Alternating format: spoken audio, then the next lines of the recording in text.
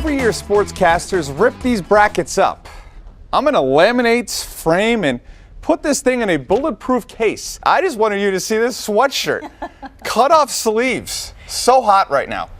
Other hot topics. Yeah, Ross, you wouldn't want to be driving in downtown Los Angeles right now. It is packed down here. I'm outside of the Staples Center, home of the LA Lakers, but right now it is home to Penn State.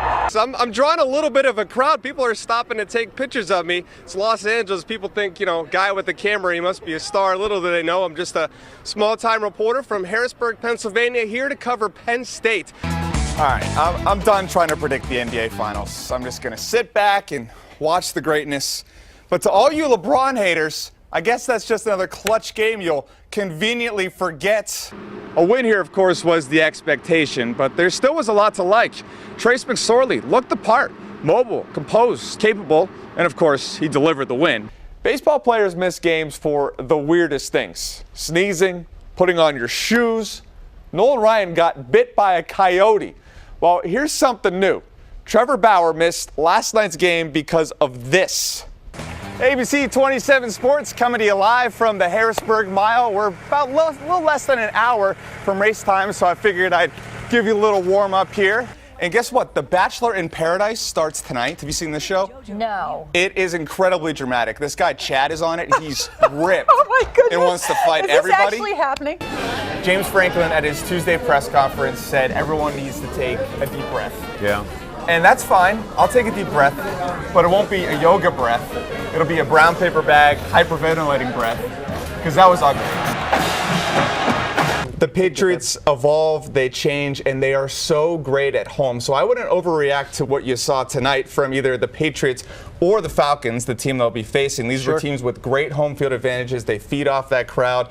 And I would just add that this is a complete rebranding for Penn State football. This is an up-tempo, exciting offense with a running back and a quarterback that are both Heisman candidates next season. This isn't a vacation. But for Braden Wills, it's a place to sleep. It's just like, instead of waking up in the morning and going downstairs and seeing my mom, like, I have to do everything I need to do alone just in my room, and then right before I go to school, I just walk into my mom's room and just say hi to her. It's different. It's different. It's not home. It's not, what you're typically used to saying when you're going home. Yes, he lives at a hotel. Right now, that's just part of the routine. It's just not really like a complicated day. It's just straightforward every day, especially during wrestling season. Yeah, looks good. Wake up, work out, school, practice. My goal is ultimately to be a state champion.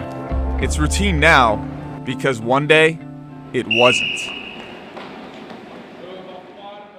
Smoke and flames did some serious damage to a home in Mechanicsburg. A family and several pets did make it out safely, but the family lost almost everything, including Christmas presents. Braden's house caught fire less than a month before Christmas. I have a little brother and little sister, so like my biggest concern was that they won't be in a house for Christmas, or they won't get like Santa won't come for Christmas. It was more not about the things, but the meaning behind each gift that I had purchased for the people that I love. So that was tough. Things can be replaced. People can't. Something Braden's family thought they already knew.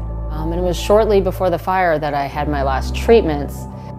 Holly was diagnosed with esophageal cancer in September.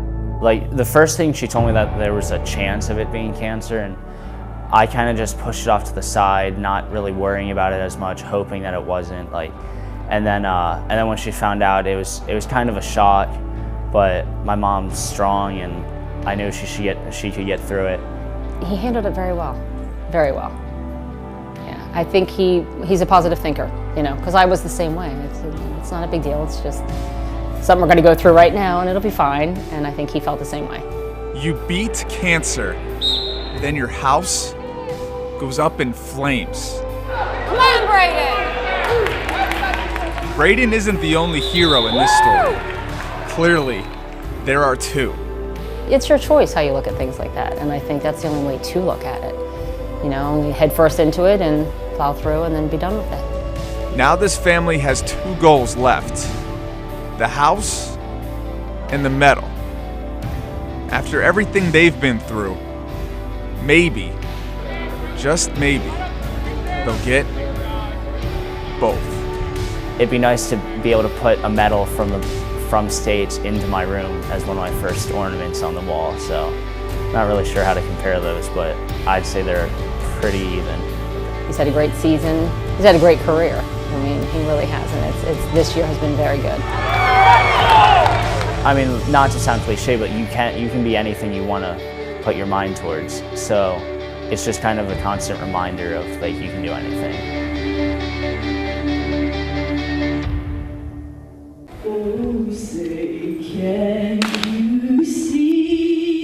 What does it mean to be an American? Different things to different people.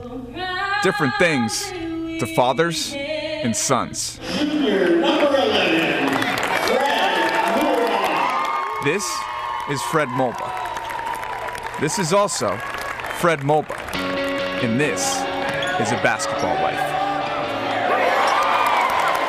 I think this year I just became more of a leader. Like I'm not scared to speak up anymore. Yo, today, not tomorrow. Fred is one of the best players on one of the best teams in York. He's so athletic, powerful, quick, explosive. Fred is his proud father watching in the crowd.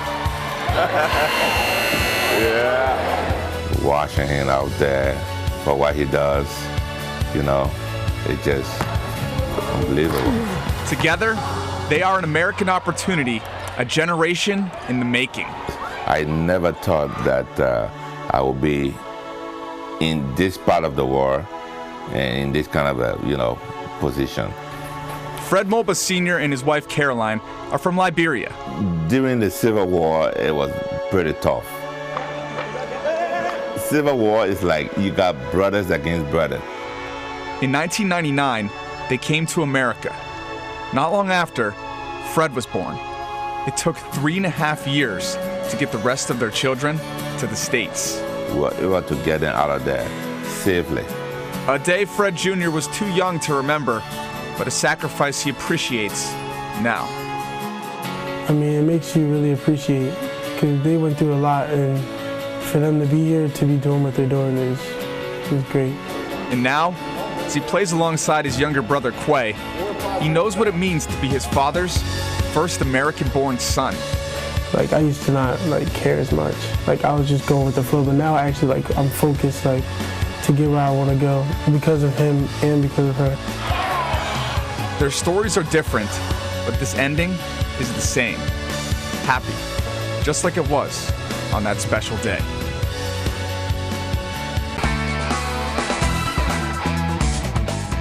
This is the answer the selection committee has deemed the best one. At number 4, Washington champions Huskies. of the Pac-12. Yep, how about it? Washington Huskies. Status quo Sunday. Washington in, Penn State out. Rose Bowl, here we come. The consolation prize of all consolation prizes, Penn State headed to Pasadena to face number 9 USC. So Rose Bowl, great, but you have to wonder, what if? What if the committee was swayed by Saturday night? Penn State's 21-point comeback, a Big Ten title, and another ranked win. But early losses to Michigan and Pitt proved too much. So Rose Bowl it is, hardly second rate. James Franklin appreciates the opportunity. Yeah, I would describe it as our guys would obviously love to have been in the playoffs, but they also are excited about the opportunity to play in a big bowl game and continue our season. So we've had a great year. I'm really proud of our guys, but yeah, they would love to have been in the playoffs. We would all love to have been in the playoffs, but we're still very, very appreciative and honored for the opportunities that we have.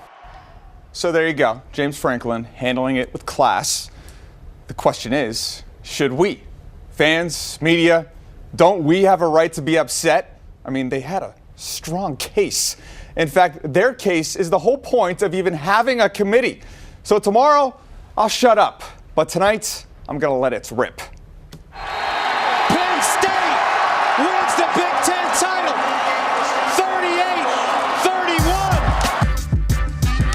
This is an open letter to the committee. You know, like one of those things your friends write on Facebook, especially after Trump won. Our politicians do absolutely nothing. Sounds familiar. We looked at one loss, Washington, that loss being against a top 10 opponent. Look, I get it. Even a child knows the difference between one loss and two. What's better, 1 or 2 losses?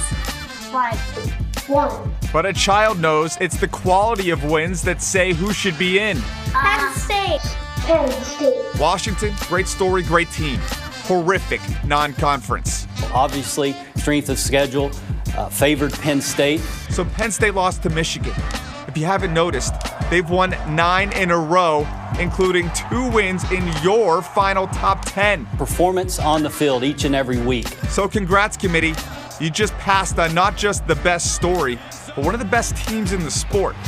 Could they actually beat Alabama? Now, we'll never know. It's just football. Certainly not a reason to go out and do this. I'm not upset, I'm just disappointed. I thought me and the committee were watching the same thing. Welcome back to Camelot. That's the end of my open letter. I guess the committee would rather be safe than have the guts to do the right thing.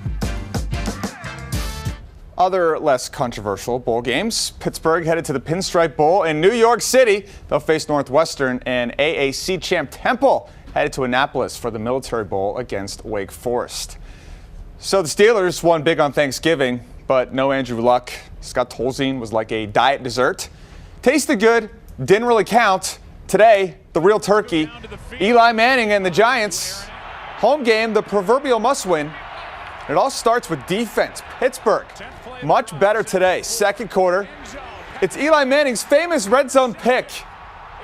And there's your logo, in case you forgot, branding. It's important. Speaking of brand, how about Antonio Brown? Dancing. Roethlisberger to Brown. But it's kind of footloose situation in Pittsburgh these days. Dancing, now a sin. Steelers, 24-14. No dancing for Brown. Baltimore hosting Miami. Big wild card implications in the AFC. A big day for the Ravens. Elite QB Joe Flacco. Franchise record 36 completions, 3 touchdown passes, and the Ravens win 38-6. Redskins Cardinals. Trap game out west. And speaking of west, anyone seen Westworld on HBO? Kirk, yeah? You haven't? Oh, it's great. Kirk Cousins reminds me of one of the main characters. He's finding his inner gunslinger. But it was Carson Palmer's narrative today. Predestined to win, 31-23. If you don't get the reference, watch the show. Eagles reportedly interested in Deshaun Jackson. Like Lauryn Hill saying, got a case of the X. A case of something. Eagles, a new low at Cincinnati. Andy Dalton, 2 touchdowns. Eagles have dropped 7 of 9, 32-14 the final. Moving on, Bears holding the annual teddy bear toss versus Syracuse. Garrett Mitchell going to get the first goal. And as is tradition, here come the Bears. A new record, Dave called it, 20,662 to benefit local charities. Third period, tied at 2. Aaron Ness with the game winner. Hershey has won 5 of 6. And minor league sports always have some great traditions, especially hockey. That's one of the better ones, though. I like. Yeah, that better than Squid. Or the monkey, Cowboy Monkey. I like Cowboy that one Monkey too. is fun too. And the Senators, Very that's fun. good. So in the bowl season, you're going out to Pasadena, most likely. Yep. Can I go to the Bahamas Bowl, Eastern Michigan versus Old Dominion? I hear it's a really great matchup this time of year. I need to go down there. Yeah, the broadcasters do the game in Hawaiian shirts for that one, I believe. That'd be great. Yeah, get a little sunburn. Send me there. That's for